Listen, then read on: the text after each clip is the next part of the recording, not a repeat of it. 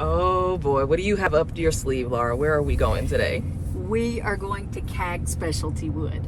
So, what are we going to be doing at CAG Specialty Wood, and what do they have there? You just got to see it. Okay, look, we're almost there. Okay. All right, so we're on Old Cornelia Highway. So, okay, this is looking a little bit challenging to get into. So It's not. So Okay. 4050 Old Cornelia Highway. Just look for the orange mailbox and the sign. Okay. Oh, and that yellow tractor really helps things stand out to be able to get here. It does. So just turn in here, Okay. and you come up the driveway. You can see the house with the cedar siding on it. Yeah, that's beautiful. And you get to the top, and there's some signs that point you right. Okay. Awesome. So up on the hill, they have this amazing showroom and warehouse full of specialty wood. Ooh, so what do you do with specialty wood, Laura? You make furniture, you make slabs, you make countertops. And look, there's a sawmill right here where we actually take and process our own lumber. Now that's pretty amazing that it's all done right in one place. So that's the main advantage of going through CAG, because let me just show you everything we plan. Okay, so we have like 7 or 8 sheds like this, where this is dried wood ready to go in the warehouse. And then we have a lot of wood out here of various different colors. There's walnut, there's maple, there's just about everything you can imagine. So that new kiln that we're working on, the main purpose is going to be so we can dry a lot of the stuff that's on the line. Wow. Okay.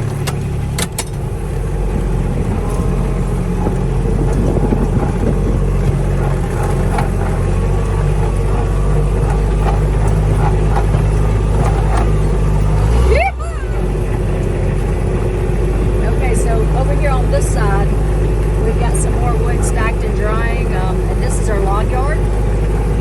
So if you look at the end of the logs, you can see how we designate what type wood it is. And we try to sort it as we pull it off the truck so that we don't ever get confused and we can actually inventory our logs.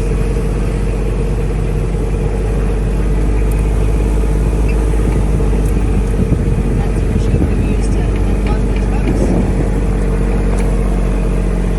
This is one of the largest white oak pieces that I've ever seen in my life. I think it's huge. Massive. We had to get it down to that size just so that we were able to get it on the truck. Wow. And to the right, pine is the only thing we don't spray in order to see the color designation, because it's kind of obvious that it's pine. Okay.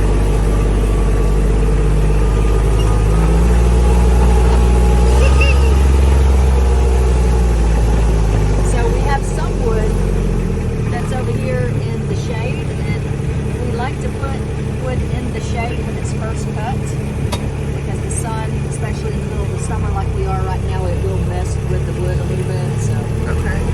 in order to protect the fresh cut stuff, we try to put it in a shaded area for at least a little bit.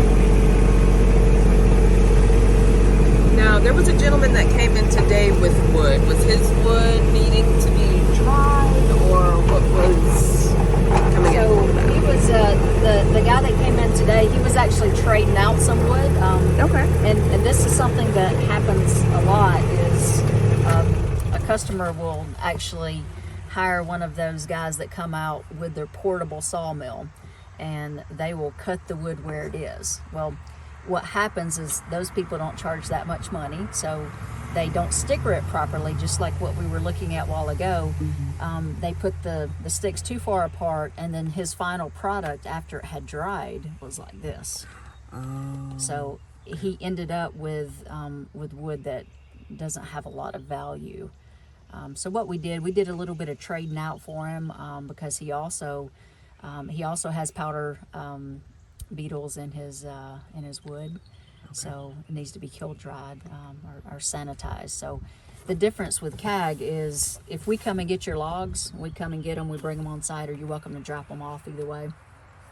Once they're here, we take it from a log form till we cut it, we stack it properly so that you have as straight a lumber as you possibly can in the end. Then once it's dry enough to be able to go into, you know, the kiln that that we're going to use, then at that point we put it in the kiln and we stack it again just perfectly, or as perfect as we can get the natural product so that it's straight.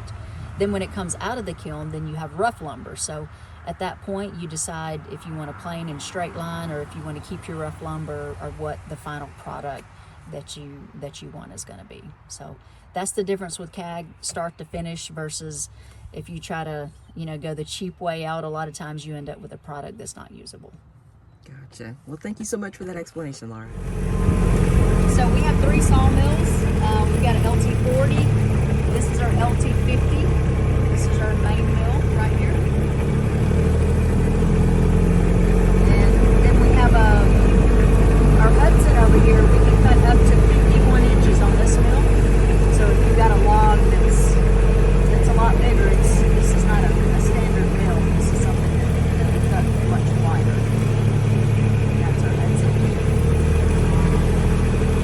Over here in this room, we have a slab flattener. This is a wood miser slab flattener. So when you have something, a piece of wood that's really wide, it's not going to fit on a regular planer.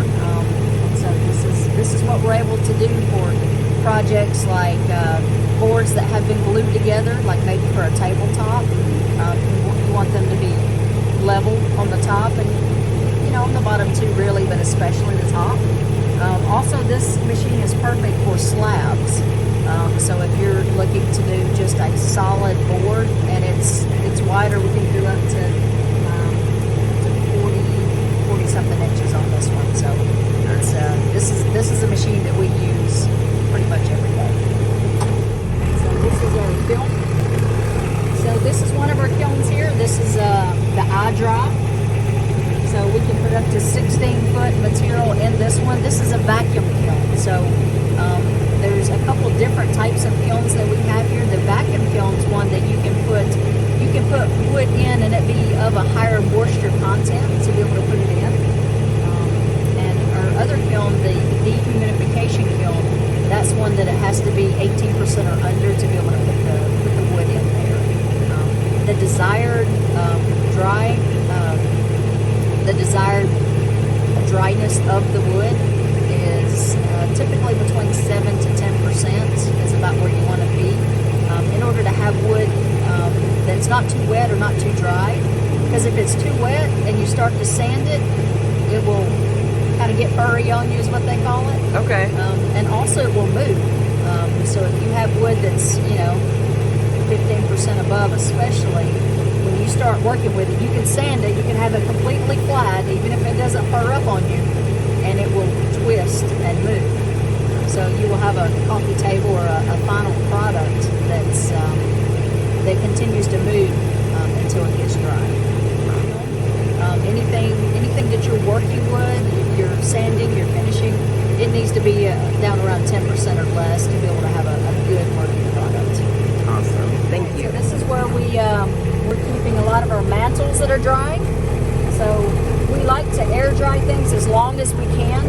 And the reason is when you put lumber in a kiln, what happens is it puts a little bit of stress on it, especially if you use a vacuum kiln. So in order to have the best quality final product, we try to let nature do its job. We try to let things just air dry as long as we can until we really need it.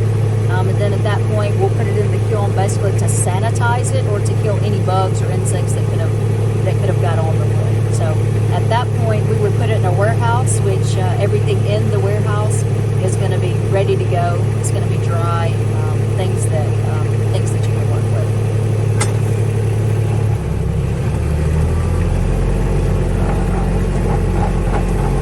This is a couple of our sheds here. Shed number 1 and shed number 2. We like to keep things dry, especially once it's been flamed. Our warehouse is space, we don't have enough room for everything. So Wow. if it's a good quality wood that's ready to be worked with, sometimes we put our overflow in these buildings, and we'll even cover them with tarps just to kind of protect it and have a backup for when we have enough space to be able to put it in our warehouse. This is our other kiln. This is the dehumidification kiln. This one is about 30 foot long, and we can stack up to about 52, 54 inches in height. Now it's real important with a kiln that you leave a little bit of space around it. We typically leave about 25% of extra space around it so that we have enough air moving through the product to be able to dry it properly. So this is our other kiln, and then we have our blade sharpening room next door. So